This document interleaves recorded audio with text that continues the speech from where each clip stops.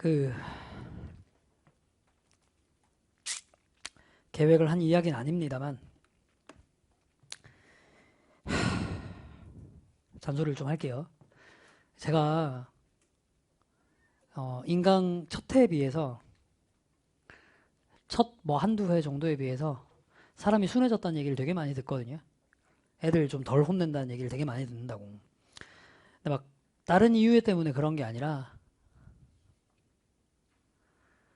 저도 세월이 좀 지나면서 자식들이 점점 더 많이 생겼고 제 첫째는 이제 어느덧 초등학교 3학년이 됐어요. 그러니까 남의 자식을 내 자식처럼 대한다라는 건 말도 안 된다는 거 알겠거든, 내 새끼를 키워보니까.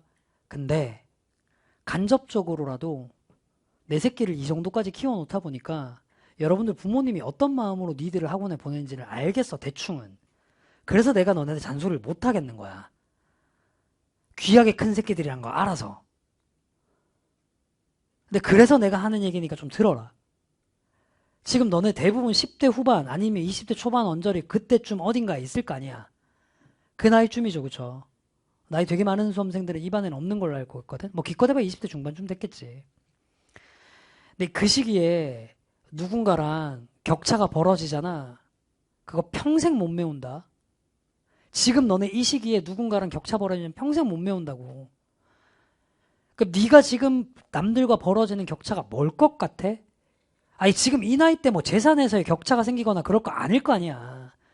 그렇다고 이제 외모 때문에 생기는 격차는 이미 뭐 다 끝났고 다른 거 아니고요.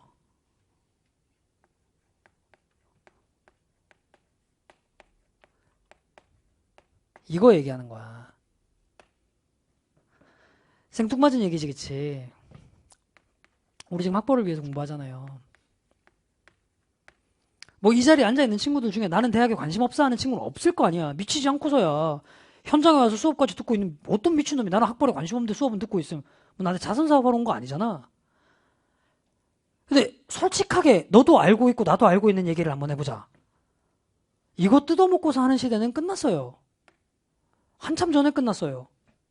알잖아요. 너네는 지금 수험생이니까 사람의 가치를 이걸 통해서 랭킹으로 매기죠.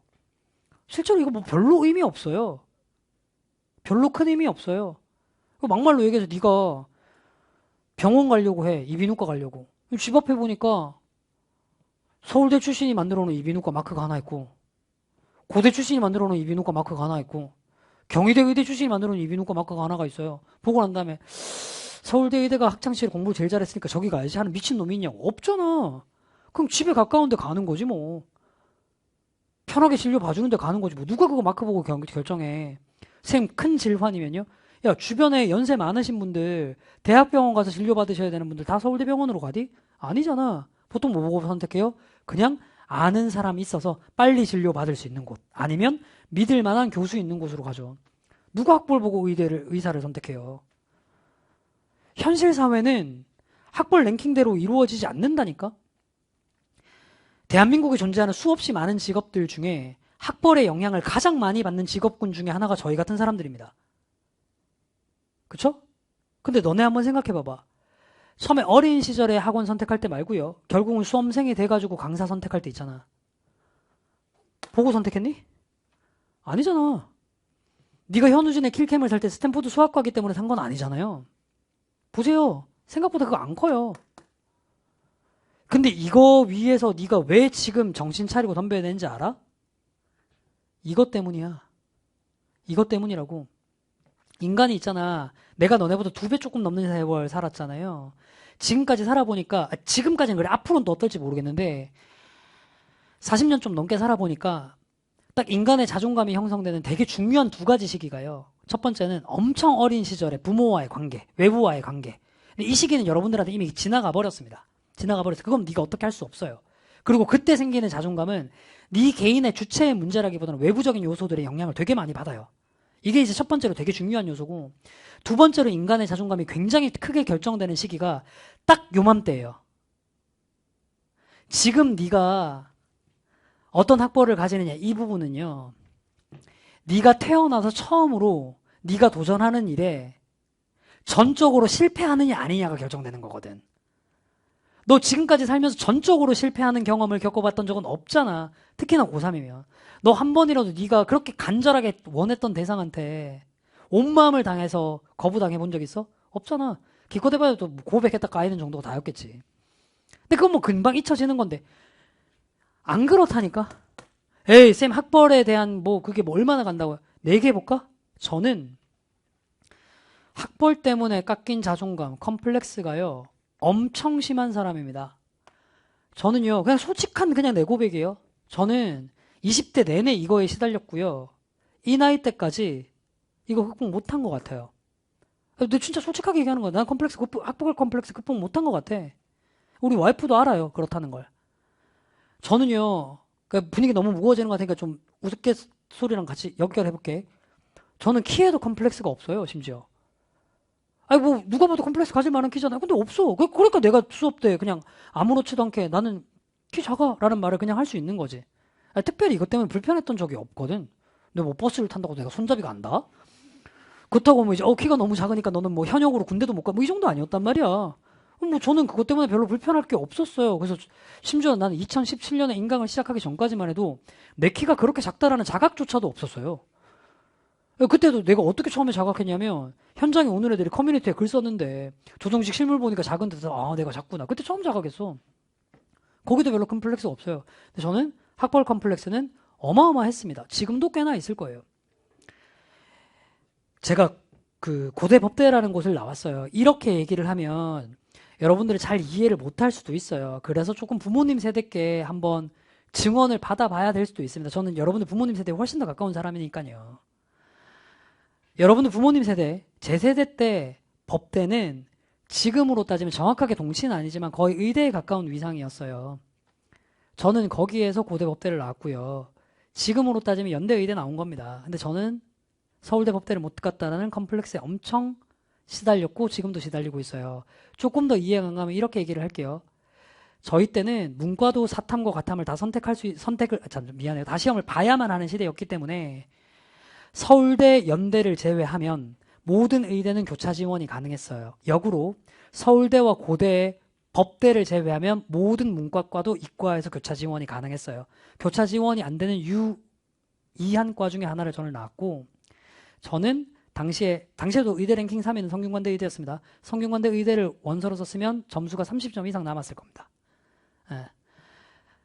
제가 고대 법대 차석이거든요. 제가 입학할 때 고대 전체 차석도 접니다. 그러니까 무슨 말인지 알겠죠? 의대에서 수석 차석이 나왔던 시대가 아니라 법대에서 수석 차석이 나왔던 시대에서 법대를 나왔다고요. 내가 이 말을 장황하게 하는 이유가 뭔지 알겠어? 학벌에 컴플렉스가 있어서 하는 얘기야. 컴플렉스 없잖아. 내가 사실은 그렇게 딸리는 학벌이 아니라고 그렇게 길게 얘기해야 될 필요가 없어. 진짜 솔직하게 얘기하는 거라니까. 저 이거 아직까지 극복 못했어요. 이거 극복 못했다고. 내 친구가 하나가 있어. 그냥 김씨라고 할게요. 얘가 고등학교 들어와서부터 쭉 친구였는데 고1, 2 때는 그냥 아름아름했다고 고3 때 같은 반이라서 이제 좀 급격하게 친해진 케이스입니다. 이 친구는 고2 때까지 공부라는 걸 별로 해본 적이 없어요. 별로가 아니라 거의 아예 해본 적이 없습니다. 저희는 학령 인구가 되게 많은 시대에 입시를 거쳤거든요. 참고로 우리 때는 거의 고3 인구 수만 한 80만 명 됐어요. 연수생 빼고.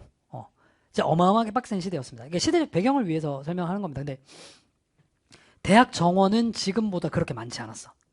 지금 서울대 1학년 정원이 3,000명 정도 안팎 정도 되더라고. 우리 때 4,000명 조금 넘었어. 그러니까 학령 인구 수에 비해서는 대학 정원은 그렇게 안 많았죠. 이게 무슨 얘기냐면 지금처럼 지방의 4년제 대학은 미달나가지고 뭐 아무나 원서만 쓰면 가고 그런 시대가 아니었다고. 그냥 성적 안 되면 대학 못 가는 시대입니다. 그리고 지금과는 달리 고등학교도 성적이 안 되면 인문계를 못 가던 시절이에요. 얘는 인문계 고등학교를 못 갈 만한 성적대로 중학교를 졸업을 했어요. 정상적인 인문계 고등학교 못 갔습니다. 근데 이제 학교에서 뭐 이런저런 일들이 있어서 학교의 선생님이 얘 신경을 써주느라 같은 재단의 고등학교로 진학하도록 도움을 주셨던 케이스로 인문계로 온 거야. 근데 고1, 2 때까지 공부라는 걸 한 번도 해본 적이 없습니다. 그러니까 어느 정도 수준으로 공부를 해본 적이 없냐면 우리는 고2에서 고3으로 올라갈 때 겨울방학 때 학교 가가지고 자습하는 게 강제였거든. 고2에서 고3 올라가는 1월 달에 학교에 강제 자습하러 왔을 때 얘가 처음으로 이제 국어 문제집 한 권을 사가지고 와서 공부를 해보다가 도저히 이제 이해가 안 돼가지고 주변에 들려보다가 뭐 얘 공부해본 적 없다고 했잖아요. 얘 좀 심하게 놀았던 친구거든요. 우리 때는 그런 거 없었지만 지금으로 따지면 얘는 이제 100% 일진입니다. 주변에 있는 학교 애들한테 이름 물어봐도 다 알 정도의 애예요. 어마어마한 애였어요. 그러니까 그럴 수밖에 없는 환경에 남중남고 나온 애들은 들어보면 알 거야. 얘가 생긴 게요. 나중에 한번 찾아보세요. 옛날에 그 독일의 국가대표 골키퍼 중에 올리버 칸이라는 사람이 있습니다. 똑같이 생겼어요. 똑같이 생겼어요. 키도 한 82쯤 되는데요. 아빠가 보디빌딩 선수였거든요. 그러니까 어렸을 때부터 보디빌딩도 시키셔가지고 덩치도 우락부락하고 얼굴도 우락부락하고 남중남고 나온 애들 알죠? 이런 애들이 어떻게 공부해요? 주변에서 가만히 두질 않아요. 엄청 거칠게 인생을 살았던 애라니까. 공부랑 해본 적이 없어. 근데 이제 1월달에 이제 처음 공부하겠다고 이게 국어 문제를 보는데 뭔가 이해가 잘 안 갔나 봐. 근데 주변에 있는 친구들 다 고만고만할 거 아니야. 그 얘가 알고 있는 애들 중에 그나마 이제 공부 잘하는 나밖에 없으니까 나한테 와서 질문을 했었어. 뭐 물어봤었냐면 김소월의 진달래. 그걸 고3 돼서 처음 본 거야. 근데 시를 보는데 무슨 말인지 이해가 안 갔던 거야. 김소월의 진달래가 고3이 이해가 안 갈 정도면 얼마나 심각한 상태인지 알겠지. 이거 그렇게 고3 때 공부를 처음 시작했어. 어마어마하게 심각했습니다. 진짜 뭐라고 해야 돼? 일상생활에서 문제가 있는 애는 아닌데 공부를 안 해보니까 공부 머리 좀 완전 굳었나 봐. 얘가 고3 1년 동안 3번이나 나한테 한류와 난류의 차이를 물어봤어요. 뭐 이렇게 물어봤다가 정식아 말투가 이래요. 한류가 뜨신물이었나 찬물이었나 이걸 3번이나 물어봤다니까. 그러니까 얼마나 진짜 어마어마한 친구인지 알겠지. 고3 때 진짜 열심히 공부했습니다. 근데 미안하지만 세상에 기적은 없어요. 우리 때는 수능이 제2외국어 제외 400점 만점이었습니다. 단 한 번도 모의고사에서 170점을 넘어본 적이 없어요. 어느 정도로 심각했는지 알겠지? 그러니까 과목당 평균 점수가 40점을 제대로 넘어본 적이 없다는 얘기야. 그래서 공부를 늦게 했으면 그럴 수도 있죠. 지금 같은 난이도의 수능이 아니야. 이때 수능은.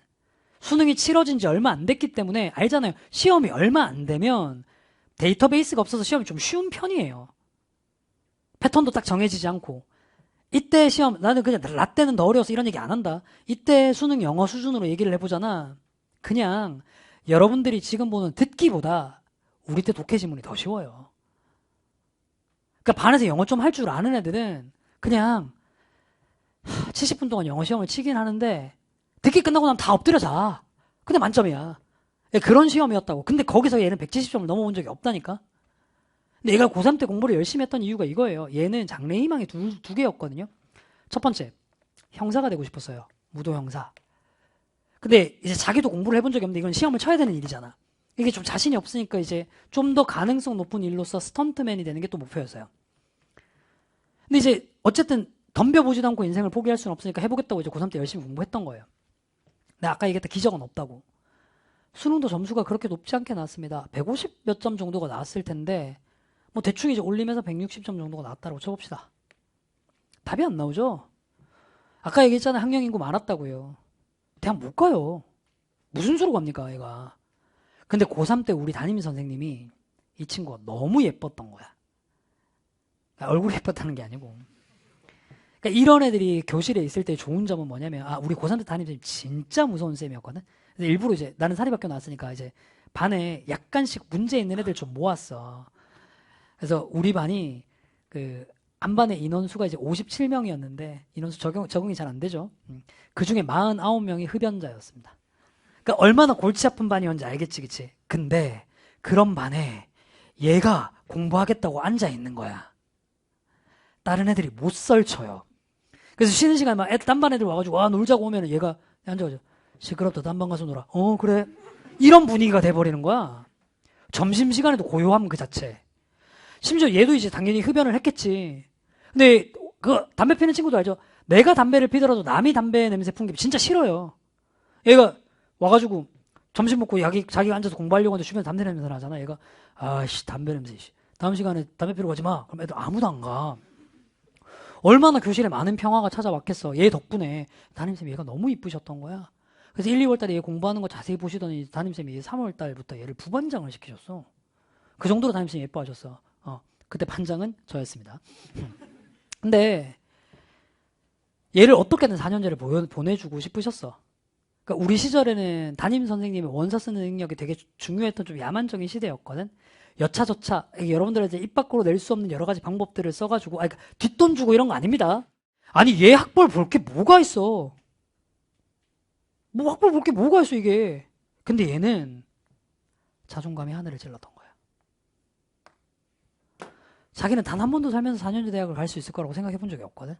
갔잖아. 대학 들어가가지고도 공부를 미친 듯이 했어. 그 1학년 1학기 중간고사에서 꽉 타먹었어요. 그러고 난 다음에 이제 이래저래 이제 군대를 갔다 오더니 본격적으로 이걸 해볼 수 있을 거라는 생각이 들었던 거죠. 군대도 일부러 의경으로 갔습니다. 그때 당시까지만 해도 의경으로 군대를 제대하면 경찰 시험 치는데 가산점을 2점인가 3점인가를 줬거든요. 2년 동안 되게 빡세게 공부해가지고 붙었어요. 얘가 경찰 시험, 공무원 시험 붙은 건 그때는 지금보다는 경쟁률이 훨씬 낮았겠지만 기적적인 일입니다. 고3 때까지만 해도 썸타임즈를 못 읽어서 소매티메스 이러고 있다는데 그거 경찰 영어 시험을 통과를 했다니까. 9급 시험이라도 어마어마한 거지. 그리고 난 다음에 진짜 인생 엄청 잘 풀어갔어요. 그 안에서도 뭐 승진 시험 같은 거 다 잘 쳤었나 봐. 얘 심지어는 신원이 특정될까 봐 언젠지는 얘기 안 할게요. 청와대에서도 근무를 했어요. 진짜 엘리트들만 갈 수 있는 거래. 그러고 이제 돌고 돌고 서울에서도 좀 근무하다가 지금은 다시 이제 대구 내려가서 잘 근무하고 있거든요. 자기를 닮은 두 딸을 낳아가지고. 근데 요는 뭐냐면 딸 둘이 본인을 닮았다가 아니라 이거야 이거. 얘 자존감 어디서 나왔냐고. 20대로 넘어가는 그 문턱에 자기가 원했던 걸 뚫어냈던 거 있는 거예요. 얘랑 비교하잖아요. 저는요 비교도 안 될 정도의 학벌을 가진 사람이에요. 근데 저는 이랬고요. 얘기했잖아. 극복 못했다고. 되게 운 좋게 있잖아. 이거 평생 극복 안 되는 거라고 내가 얘기했잖아. 나 몰라. 더 살아보면 모르겠는데 지금 이 나이 때까지는 극복 안 되더라. 그리고 내 주변에 있는 경우들을 보더라도 이거 한번 컴플렉스로 잡히면 극복 안 되더라. 내 나이보다 조금 더 있는 사람들까지도 확실히 그렇더라. 심지어 인생에 어떤 성공을 하더라도 그렇더라. 저는 그나마 운 좋게도 좀 짝을 잘 만나서 학벌 컴플렉스가 되게 심함에도 불구하고 그냥 1인분을 하고 사는 인생이 됐는데 여전히 이거 얘기 나오면 좀 많이 긁혀요. 진짜 진심으로 하는 얘기입니다. 그래서 여러분들이 공부를 하셔야 되는 거예요. 이게 웃긴 얘기인 것 같겠지만 적어도 네 자존감에 마지노선이 될 만한 학교에는 가내야 돼. 자존감의 마지노선이 되는 학교는 사람마다 다 다를 수 있거든. 그 학벌은 사람마다 다 다를 수 있어. 어떤 친구는 입안에서도 나는 서울대 의대 아니면 의미가 없다라고 생각해요 라고 하는 친구도 있을 거고 그게 재수없는 게 아니라 그런 애들도 있을 수 있는 거잖아. 어떤 친구는 저는 의대만 가면 돼요 또 있을 거고 또 어떤 친구는 아니요 저는 그 정도까지 바라지도 않고 인서울이기만 하면 됩니다 라는 친구도 있을 거야. 그 안에서 옳고 그름은 없어. 근데 무조건 명심해. 네 자존감의 마지노선이 되는 그 학벌 있잖아. 그건 얻어내야 돼. 왜냐하면 그거 못 얻어내서 실패하는 순간 너 이거 완전 바닥에 처박혀서 이렇게 살아야 된다니까. 이거 N수생들 무슨 말인지 알 거야. 지금 올해 1년 동안 네가 어떤 감정 속에서 살았는지. 그거 극복 안 돼. 극복이 안 된다고. 학벌 뜯어먹고 살라라고 얘기하는 거 아닙니다. 적어도 네 자존감을 형성하는 20대 초반의 그 중요한 시기를 컴플렉스가라는 이 똥구덩이 안 처박히려면 네 자존감의 마지노선이 허락하는 학벌은 얻으셔야 돼요. 공부는 그걸 위해서 하는 겁니다, 지금. 그러니까 지금 와가지고 멍하게 있고 졸고 있을 시간이 아니라니까. 60일? 이 정도 시간 남았나? 그 시간 동안 네가 얻어가야 될 건요. 이거예요. 되게 꼰대 같은 얘기인데 진짜로 좀 들어줬으면 좋겠어. 자존감을 위해서 공부해. 이거 지금 아니면 못 챙겨. 지금 아니면 못 챙긴다고. 지금 아니면 못 챙긴다고. 저는 과거로 돌아가라라고 얘기하면 정말 죽었다 깨어나도 싫은 사람이거든요. 근데 딱 한순간 내 인생에서 고칠 수 있는 순간이 있으면 나는 그냥 딱 이때밖에 없어요. 딱 이때밖에 없어요. 딱 이때밖에 없어요. 고등학교 생활 전반만 한 번만 고치고 싶습니다. 그래서 그때 내신 조금만 더 땄었으면 뭔가가 좀 달라졌을 텐데라는 생각을 해요, 진짜로. 우리 때는 정시에도 내신이 들어갔거든. 뭔 말인지 알겠지? 자존감을 위해서 공부하는 거야. 진짜로. 존나 꼰대질을 해버렸네. 여기까지 꼰대질 끝.